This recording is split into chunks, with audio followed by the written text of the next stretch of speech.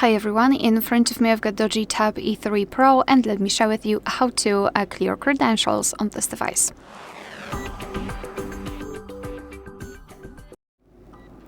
So let's start with opening the settings. And here in this left section, let's scroll and find security and privacy.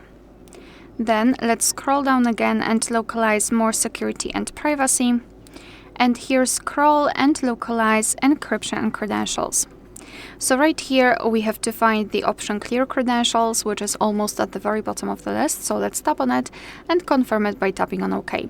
Not only you've got this information, but also this option is inactive, which means that we just successfully removed all saved certificates. Alright, so that will be all. Thank you so much for watching. Please hit the subscribe button and leave the thumbs up.